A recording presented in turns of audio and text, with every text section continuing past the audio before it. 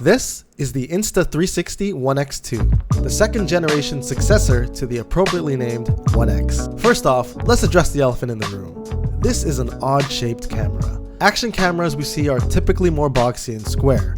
This one is long and rectangular. And even though to some, this strange form factor may be considered unusual and maybe even an eyesore.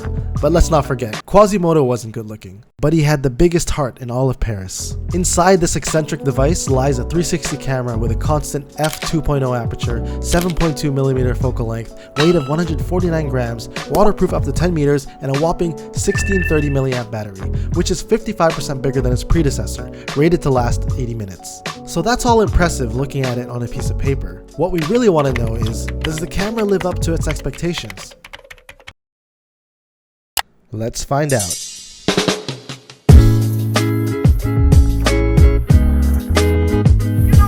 I've been playing around with the ONE X2 for about a month now, testing out all the accessories I got alongside the camera itself. The bullet time cord, extended selfie stick, and the mic adapter are just to name a few. Some of them are quite odd when you first see them, but can create trippy yet interesting footage. I've used the camera now doing various activities such as riding my motorcycle, driving my car, snowboarding, and even riding my road bike. I tested it in harsh conditions, low light situations, dunking it in water, and even dropped it many times along the way. And I've got to say, this is one rugged sumbitch. Let's start with the motorcycle, since I am mainly a channel that focuses around that subject. Let's talk about exactly how I mounted this on my bike and on myself. That's right, I'm talking about this. This is the unicorn mount. Cleverly named device. What can I say? It makes you look as majestic as Twilight Sparkle from My Little Pony. Now, mounting it on the bike is a lot more of a conventional way of going about it, and this is typically what most people would do. On my 1-liter bike, in the front, I have this piece that I've doubled as a mirror block-off plate that has a 1-inch ball socket. Then I use this double socket swivel mount, add a ball attachment to the bottom of the selfie stick, and presto, a place to mount your stick and camera. Most of these accessories I've already owned before, minus the invisible selfie stick, but if you decide you want to get the motorcycle bundle kit, you'll be given some pretty cool mounting accessories as well. If you really want to get some crazy shots, try something different like passing the stick and camera to your passenger. So you hold it with your right, switch it to your left, kind of extend it. You can go like this, straight up, backwards. I don't know, just play around with it. We'll see what kind of content we can produce with that.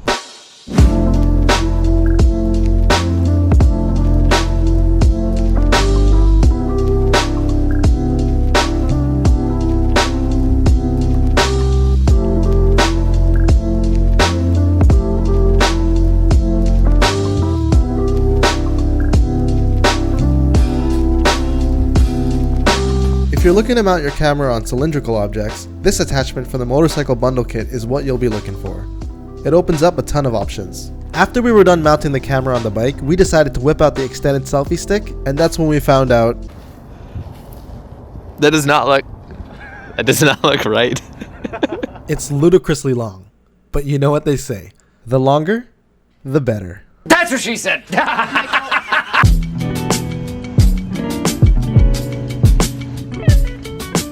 All dirty jokes aside, having a longer stick means that you can emulate those sweet drone shots.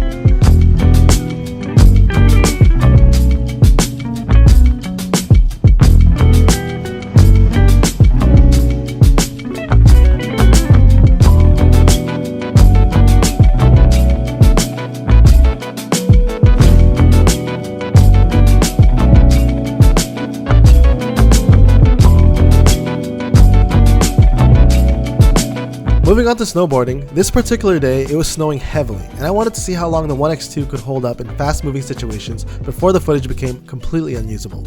Surprisingly, it never ever happened. Sure, a little snow got on the lens here and there, but everything was still more than clear enough to see what's going on. Whenever I'd bail and accidentally get snow on the lens, all I had to do was simply grab some napkins and wipe it off, and it was off to the races again. The low light on this camera is phenomenal as well. In this shot, it was pretty much pitch black for us, and I crashed into some snow. I can't see if it's okay. Let's get out in the light. As the video suggests, I can't see a thing. But look at the footage. You can see everything.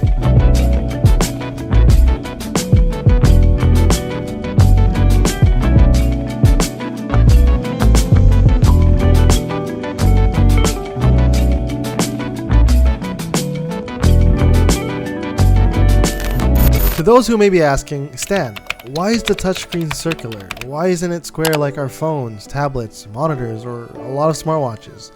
Well, think about this. 360 footage is essentially a sphere, so it actually makes the most sense. I too myself was a little skeptical when I saw the circular touchscreen, but I have to say it works really, really well. Another question you might be asking is, Stan, can you vlog on this camera? On the Insta360 ONE R, the mic adapter, as promising as it looked, being basically equivalent to the length of 3 of my hedgehog's kibbles, never really lived up to the hype and produced some mediocre sound quality at best. But I'm glad to say, with the ONE X2, they've done their work. It's not as small as the ONE R adapter, but it's only negligibly bigger. GoPro, take notes. I thought it would be good to field test it snowboarding down the mountains with scenarios against wind and all that ambient noise, and here's what I got. This is what the Insta360 ONE X2 sounds like with its internal mic. There is a little wind, so we'll see if the mic picks that up. And now we're going to switch over to an external mic and test out the mic adapter for this camera. And now I'm using an external microphone. This is the Sony ECM CS3 on the Insta360 ONE X2. I have the microphone tucked in my balaclava here, so it shouldn't pick up any wind noise. I do have wind muffs on it as well.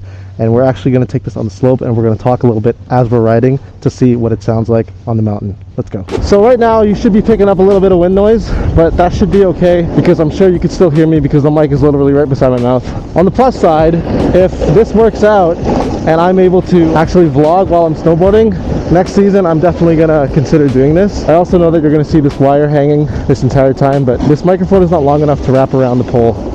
Otherwise I would have done that. Using it in the car is pretty interesting. Because it's so wide, it can actually capture the entire car. And depending on the angle, you can get some pretty cool stuff. Again, I was taking this up on the mountain during heavy snowfall, and look how well the lens held up without getting anything on it.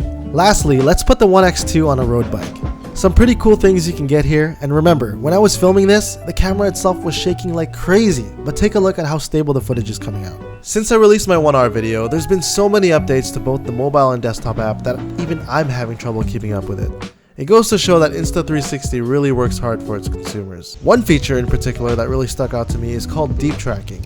In this clip of me snowboarding, I use this feature and look how quickly it tracks my movements. Just like that, you have a whole clip not having to worry about manually going frame by frame to keep you centered. All in all, I found this camera really pleasant to use. It's lightweight, the buttons can easily be found even with gloved hands. It's just overall a joy to use. The only gripe that I have with this camera, and even the ONE R, was that recording slow-mo was only limited to 3K, and I know 3K sounds big, but in a 360 clip, 3K isn't much at all. So if you're recording in 3K and you try to zoom in on something, it's gonna look very pixelated. And in all honesty, I guess that can be considered more of a nitpick. I'm sure at the pace technology progresses, 4K slow-mo or even 5.7K slow-mo is just around the corner.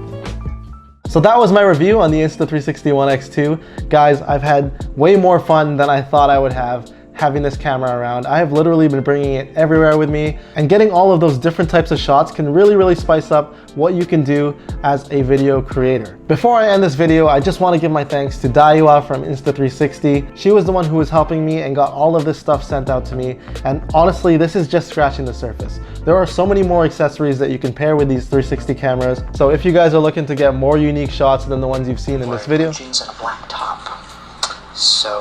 So if you want to grab one of these cameras yourself, whether it be the ONE X2 here or the ONE R down below or their new Insta360 Go 2, then check out the description down below. I have an affiliate link down there, and right now is the perfect time to buy one of these because they're having their spring sale, which goes from March 29th to April 8th. And if for some reason you watch this video after April 8th and the spring sale has already ended, don't fret. My affiliate link down below will always have discounts attached to it, and sometimes you can even get free stuff that are added on to whatever you're purchasing. And not to mention, clicking the affiliate link and buying through it will also support me in the channel as well. So if you guys decide to buy one of these cameras because of this video, I want to thank you guys in advance for doing that. If you guys have any more questions regarding this camera that I haven't already answered in this video, make sure you comment down below what it is. Or if you just want to leave a comment and say hi, I'm okay with that too. Anyways guys, I hope you enjoyed this review on the Insta360 ONE X2. And of course, follow my hedgehog at Full Throttle Hedgehog on Instagram.